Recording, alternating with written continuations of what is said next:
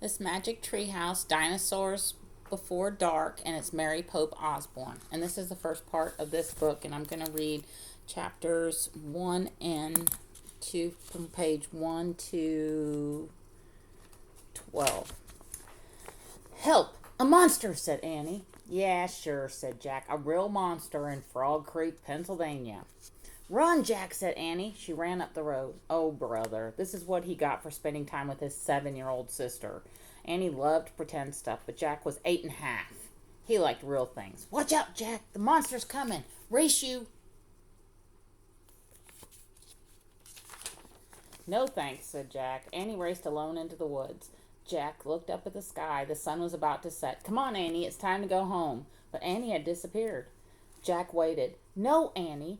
Annie, he shouted again. Jack, Jack, come here. Jack groaned. This better be good, he said. Jack left the road and headed into the woods. The trees were lit with a golden late afternoon light. Come here, called Annie. There she was, standing under a tall oak tree. Look, she said. She was pointing at a rope ladder, the longest rope ladder Jack had ever seen. Wow, he whispered. The ladder went all the way up to the top of the tree, and there at the top of the tree was a tree house. It was tucked between two branches. That must be the highest tree house in the world, said Annie. Who built it? Asked Jack. I've never seen it before. I don't know, but I'm going up, said Annie. No, we don't know who it belongs to, said Jack. Just for a teeny minute, said Annie. She started up the ladder. Annie, come back. But she kept climbing. Oh, I'm sorry, you don't want to see the words? Well, you might want to see the words. Jack sighed. Annie, it's almost dark. We have to go home. Annie disappeared inside the treehouse. Annie! Jack waited a moment. He was about to call again when Annie poked her head out the treehouse window. Books! She shouted. What? It's filled with books! Oh man, Jack loved books. He pushed his glasses into place. He gripped the sides of the rope ladder, and up he went. And look how high that treehouse is. Jack crawled through a hole in the treehouse floor. Wow, the treehouse was filled with books. Books everywhere. Very old books with dusty covers. New books with shiny, bright covers. Look, you can see far, far away, said Annie. She was peering out the treehouse window.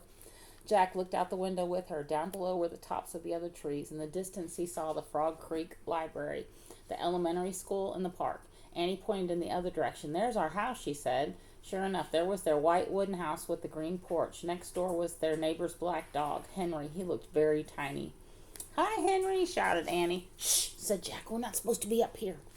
He glanced around the treehouse again. I wonder who owns all these books, he said. He noticed bookmarks were sticking out of many of them. I like this one, said Annie. She held up a book with a castle on the cover. Here's a book about Pennsylvania, said Jack. He turned to the page with the bookmark. Hey, there's a picture of Frog Creek in here, said Jack. It's a picture of these woods. Oh, here's a book for you, said Annie. She held up a book about dinosaurs. A blue silk bookmark was sticking out of it. Let me see it.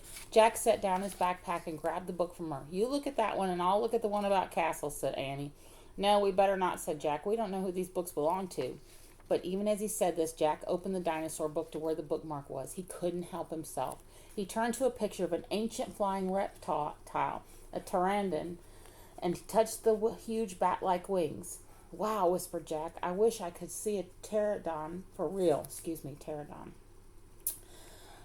Jack studied the picture of the odd-looking creature soaring through the sky. Ah, screamed Annie. What? Said Jack. A monster, Annie cried. She pointed at the treehouse window. Stop pretending, Annie, said Jack. No, really, said Annie.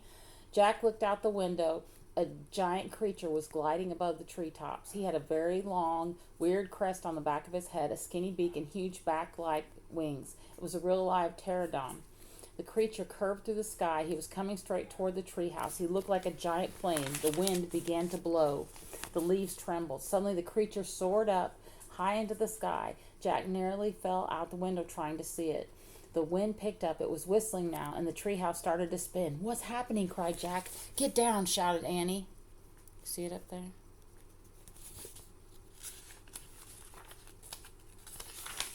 She pulled him back from the window. The treehouse was spinning faster and faster, and Jack squeezed his eyes shut. He held on to Annie, and then everything was still, absolutely still.